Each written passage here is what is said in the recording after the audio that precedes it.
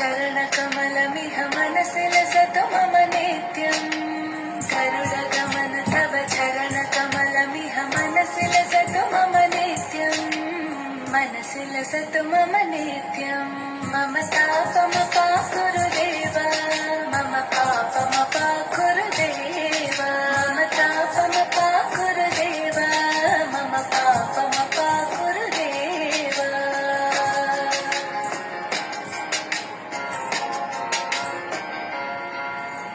जलजनयन विधिनमुचिहरण मुख विबुध विनुत पद पद्मा